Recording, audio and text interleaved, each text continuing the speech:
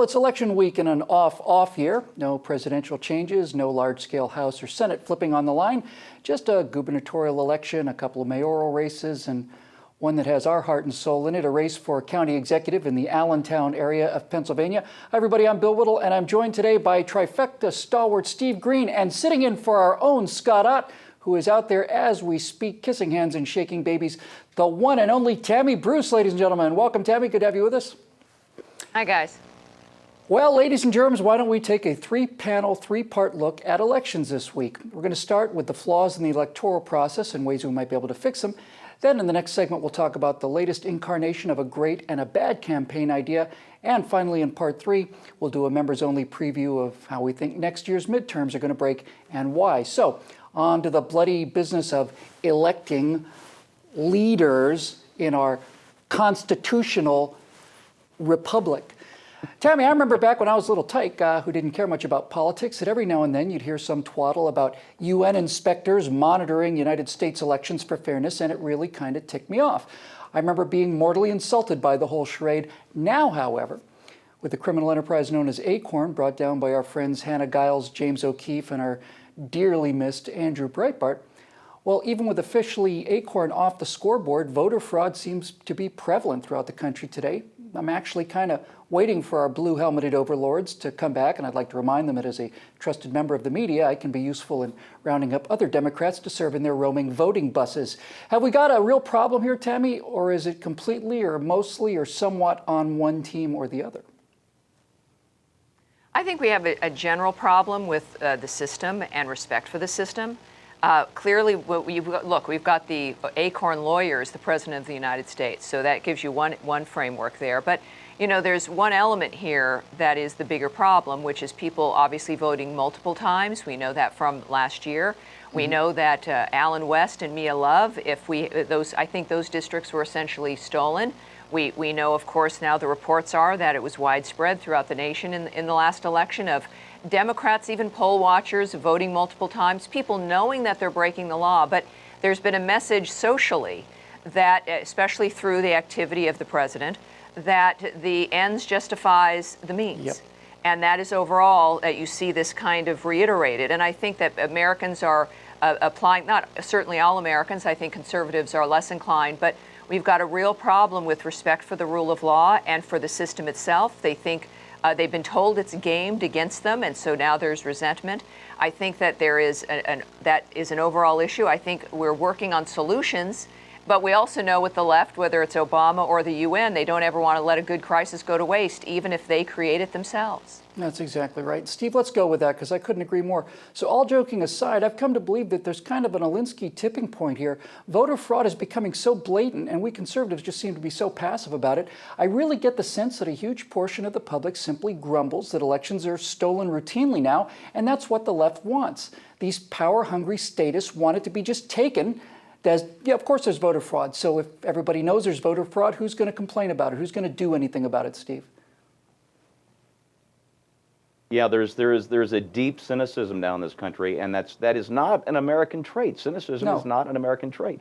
Yeah, we may be cynical about a particular politician or about Congress in general, as Mark Twain famously said, his line about "Imagine you're a congressman and an idiot," but I repeat myself. But in general, we support the system. We believe in this system. We believe in our Constitution. But then you read a story like I saw in The Blaze this morning that I haven't seen reported anywhere else. We've got this gubernatorial election going on in Virginia today, and it looks like it's going to be Terry McAuliffe, the Democrat, in something like a blowout, 6 to 10 points in some polls. But the thing to remember is the vote on the right is being split because of the libertarian Robert Sarvis, who got on the ballot because an Obama bundler, an Austin, Texas software billionaire, his name escapes me at the moment, he's the one that put up the money and the organization to get Sarvis on the ballot. So they're not just cheating in small ways like stuffing the ballot boxes, they're discrediting the entire system with antics like this, and it's got to come to a stop. People have got to have some hope again. You bet, buddy. Okay, quick lightning round for round two. Tammy, if you could implement one single law pertaining to elections in this country, what would it be? It would be voter ID, citizen-proof voter ID. If we're able to do that, each time a person votes, we could eliminate the multiple voting, we could eliminate the voting by foreigners, we could eliminate the voting by Mickey Mouse. So citizen proof-based voter ID. What about you, Steve? You agree with that, or you have something different? Well, I agree with that, but I also have something different. Actually, I would do two things. One is on the candidate side, because I think we need candidates who really believe in America and believe in the things they want to do. And so I would amend the Constitution for a little something I call take an oath of office, lose a finger. So if you're sworn in, say, 5 times to one office or to 5 different offices, you're going to be called lefty.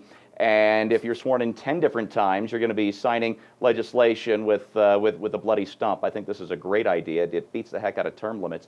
And the other is, I'm stealing this from Robert Heinlein.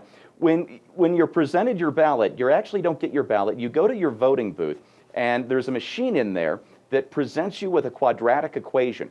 And if you get the answer wrong, not only do you not get a ballot issued to you by the machine, but a red siren goes off and it makes noise, and you gotta slink out with everybody staring at you for getting a problem wrong.